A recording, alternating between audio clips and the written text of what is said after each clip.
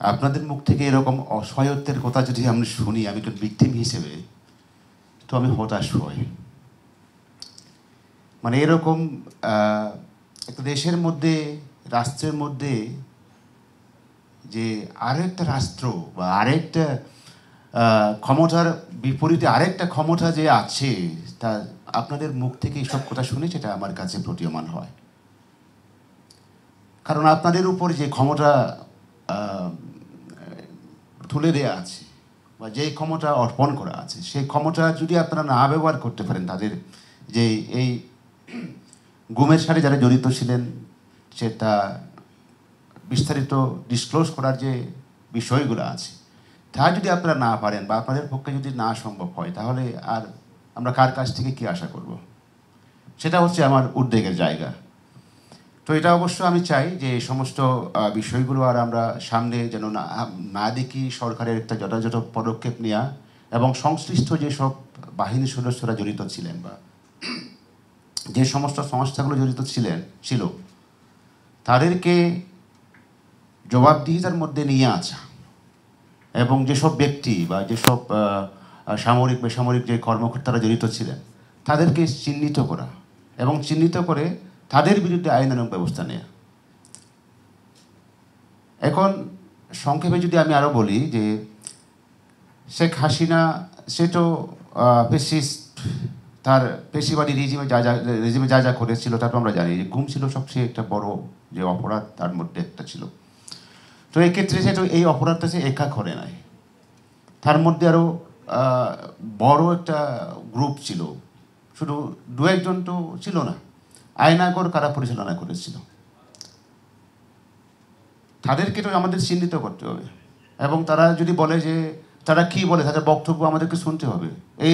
তাদেরকে কে নির্দেশ দিয়েছে, এই আয়নাগর চালানোর জন্য তাদেরকে কে সেই ক্ষমতা দিয়েছে, এসব যদি আমরা না বের করতে পারি, তাহলে তো আসলে এই গুমের যে সংস্কৃতি কথা আমরা বলছি, এটা তো আর মানে বন্ধ হওয়ার হয়তো এই মুহূর্তে এটা হচ্ছে না, কিন্তু নেক্সট যে হবে না তার তো কোনো নিশ্চয়তা থাকবে না।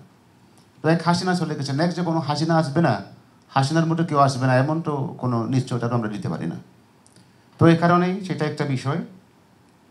আরেকটা বিষয় হলো যে জবাবদিহিতার আওতায় শুধু ওই সমস্ত ব্যক্তিদেরকে নিয়ে আসলে হবে না, একেবারে রাষ্ট্রকেও তার জবাবদিহিতার মধ্যে নিয়ে আসতে হবে। রাষ্ট্র এবং সরকার যারা ক্ষমতায় থাকে তাদেরকে, এবং রাষ্ট্র এখানে আমরা বলি রাষ্ট্রযন্ত্র বা রাষ্ট্র ক্ষমতা ব্যবহার, তাহলে রাষ্ট্র তো এখানে ইনভলভ, মানে তার মধ্যে ইয়ে থাকে। সুতরাং রাষ্ট্রকেও তার যে জবাবদিহিতার মধ্যে আনা এবং তাদের যে ক্ষমা চাওয়া এবং তাদের যে ভিকটিমদের যারা ক্ষতিগ্রস্ত হয়েছে তাদের যে সেটা দোষ স্বীকার করা, অপরাধ স্বীকার করা, মানে রাষ্ট্রের কর্তৃক যে অপরাধটা সংগঠিত হয়েছে সেটা স্বীকার করা, সেটা একটা আমি বলবো। আরেকটা হলো আপনার যে গোপন কারাগারগুলোর কথা বলা হলো, যে এখানে আমাদের গুম কমিশনের সম্মানিত মেম্বার নাবিলা ইদ্রিস উনি যেভাবে বললেন যে যে অসহযোগিতার কথা বা সেখানে যে গোপন কারাগারগুলো কীভাবে আছে, বা আমরা মাননীয় গুম কমিশনের চেয়ারম্যানের কাছ থেকেও আমরা শুনেছি যে এই কারাগারগুলোকে মানে ইয়ে করতে না পারা, সুরক্ষা দিতে না পারা, বা তো আমি বলবো যে এই কারাগারগুলো আমরা তো চিনতে পেরেছি। ও একইভাবে আমি শুনেছি যে নাবিলা ইদ্রিস উনি বললেন যে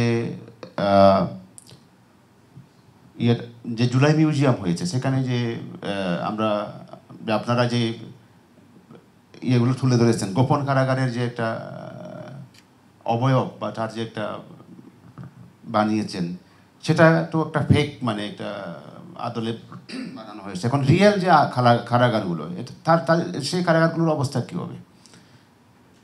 এখন আমার দাবি হলো যে এই কারাগারগুলোকে হেফাজতে নেয়া, এই যে গুম কমিশনের হেফাজতে নেয়া, এবং এখনও তো স্থান নেওয়া যায়নি। তো এখনও সেই কারাগারগুলো কার হেফাজতে আছে, কারা দেখাশোনা করছে, এটাও কিন্তু আমাদের জানা দরকার আছে। এখন এই কারাগারগুলো কেন আমরা এখনও পর্যন্ত হেফাজতে দিতে পারলাম না, এটা কিন্তু আমরা সেই জবাব আমি চাই।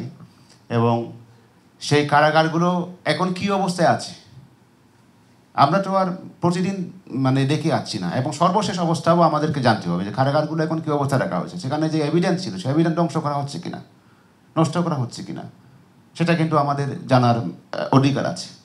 এবং এই কারাগারগুলোকে আমার দাবি অবিলম্বে কমিশনের হেফাজতে নিয়ে উন্মুক্ত করে দেওয়া, মিউজিয়াম হিসেবে রাখা।